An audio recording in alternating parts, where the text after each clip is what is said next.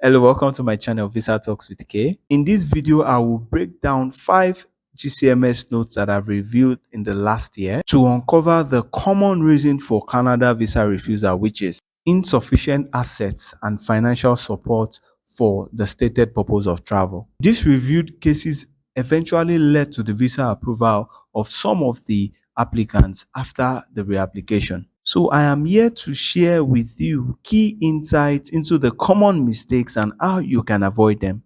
Plus, the final GCMS note, which I reviewed, disclose some unusual reasons really for refusal. You won't want to miss that point, that reason, that unusual reason. You want to miss it. So you need to watch this video to the end. Hello guys, welcome back. So yes, this is the first GCMS note we'll be kind of analyzing, and these are some of the points that we're using to make the analysis.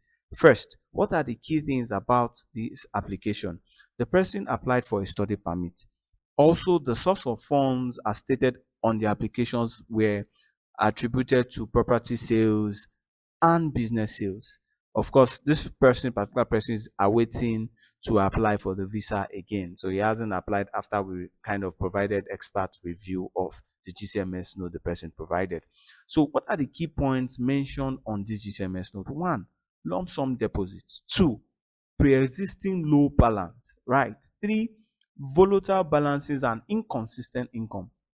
Four, concerns around availability of funds to support the study cost. So what do you think would be a very good answer to this? So when we did the analysis to tackle these 4 key points mentioned in the GCMS note, the lump sum deposit needs to be clearly explained with a letter of explanation. I have made a video of how to write a letter of explanation. So the first analysis point or analytical point we give this person is make a very concise, clear letter of explanation explaining one, why the money was paid in lump sum.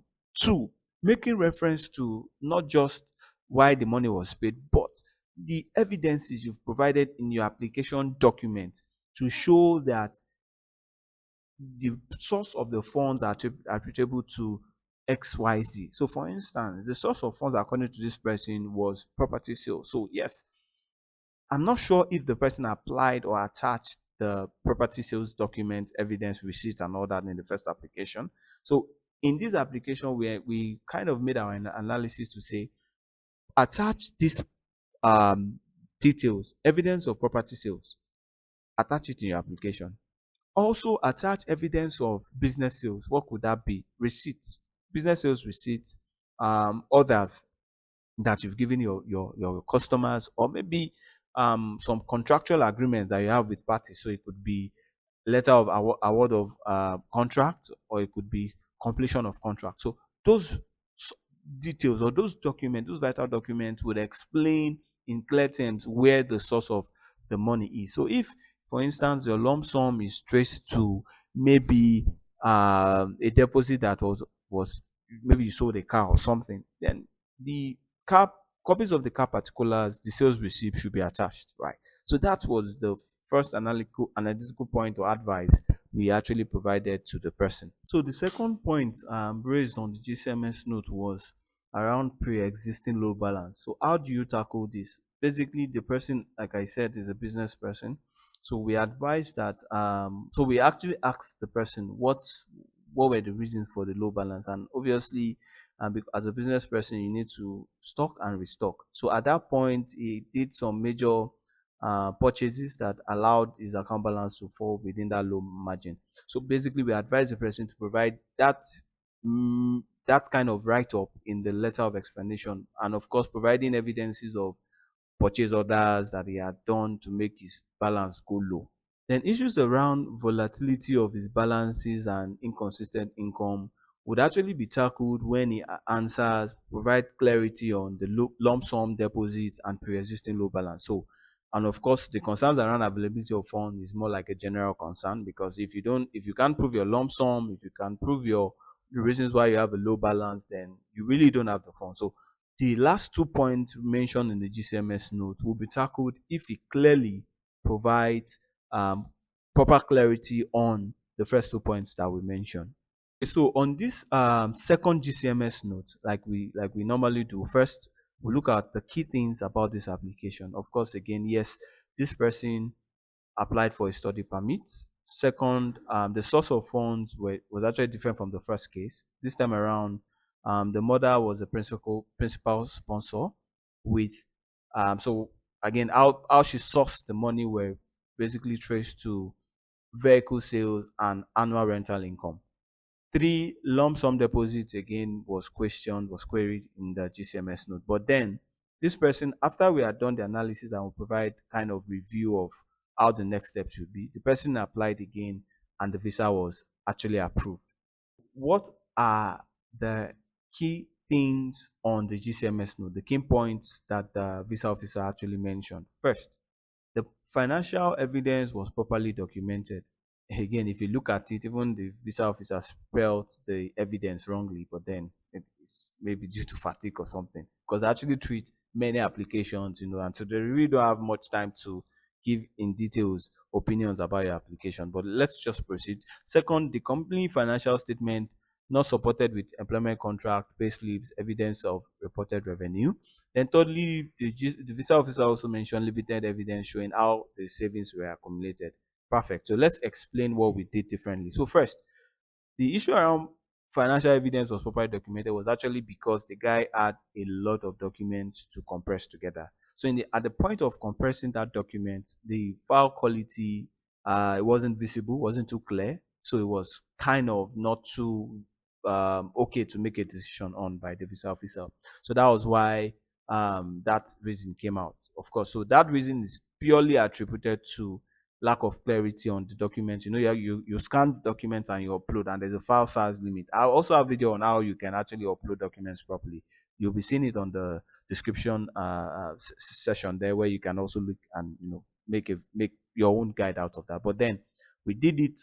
We reviewed the document he submitted initially, recompressed it, removed some documents to ensure that that space for financial support it's a place where you have the most needed documents to present, and by that time the document size was actually reduced and we had more clarity on the document, so we tackled that easily. Then second around, the company financial statement wasn't supported by employment contract. So yes, this particular applicant, aside that his mother was his principal sponsor, he also has a business. Obviously, he submitted the CSC certificate. He submitted the memorandum of the article of association and what have you, setting up claim, showing clearly that he's the director of the company. But then it wasn't enough.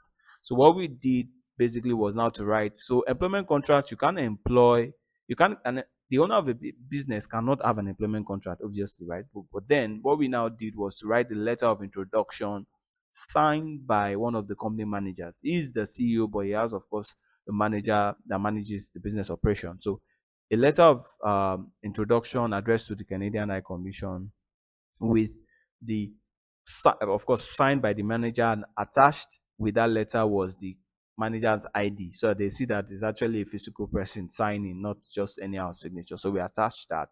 Then, of course, we generated pay slips showing his regular income by the company. Then, of course, we also generated business sales receipts to show reported revenue, to show how these monies are being accumulated over time. So that will, of course, solve the issue around the limited evidence of how these savings were accumulated. So this all documentation put together provided good clarity, and like I mentioned, it got the visa. I'd actually made a video of how this visa was approved. You will also see it in the description section, so you can watch it and also get further details of the critical document he submitted, aside our own review of the GCMS note before he made a reapplication. So on this third GCMS note that has been reviewed, what are the key things about this applicant? First, the application was a study permit application. The source of funds were attributed to the brother. The brother was the principal sponsor, and the brother had the source of funds through property sales. So they sold one of their major family properties, and they used the money to now put into the bank account to sponsor the sister. Then, of course, the person also got the visa approved after we gave our own review. So what are the key points mentioned by the visa officer? First, on the GCMS note now, first, the source of funds were poorly documented, similar to the second case we reviewed.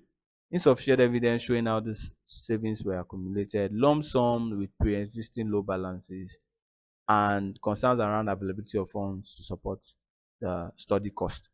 Again, source of funds poorly documented, clearly attributed to the file size, again compressing, and the financial documents were not clear, really were not clear. So we had to do what we should do best: review the documents to be uploaded, adjust what documents you'll be putting at the financial support section, remove some documents that we feel were not relevant, or we redistributed those documents to a space where you can upload additional information, so that we have enough file size that can meet the maximum limit for that particular session. And it's more like we're not going to do much compression, so that it's clear.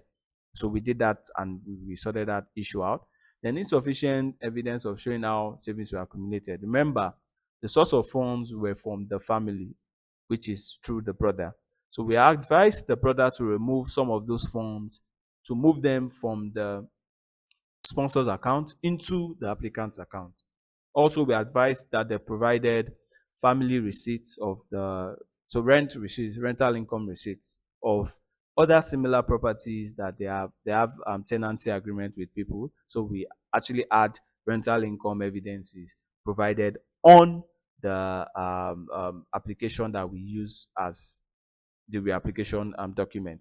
We also advise that the brother also provide documents around his personal income tax, right? So that it shows that yes, he's not just living off the family property. He also have a kind of justifiable income aside that he can use to support the family. So we did all that. Of course, the brother's pay slips, work introduction letter, and what have you were also added initially. So of course, those documents were resubmitted. And I remind you, this video is just speaking to the critical things we did differently on the GCMS node, not the overall application. So most of the things that I'll be mentioning are just strictly in response to the queries about what the visa officer raised on the GCMS node. If you want full details, I have several videos of how we got visas, Canadian visas for people. You can actually make reference and get those full details. So also lump sum with pre-existing low balance. A letter of explanation clearly gave why that happened, and why, and how the person has actually sourced to has access to the money to be able to run the study cost for the application.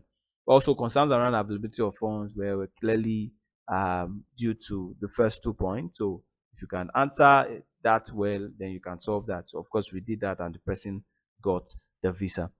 So far, we've been able to treat 3 GCMS notes. So we are down with the last 2. So this fourth GCMS note was a visitor's visa application. The source of funds were actually personal funds, right? And this person is also, after our opinion, this person is awaiting visa reapplication.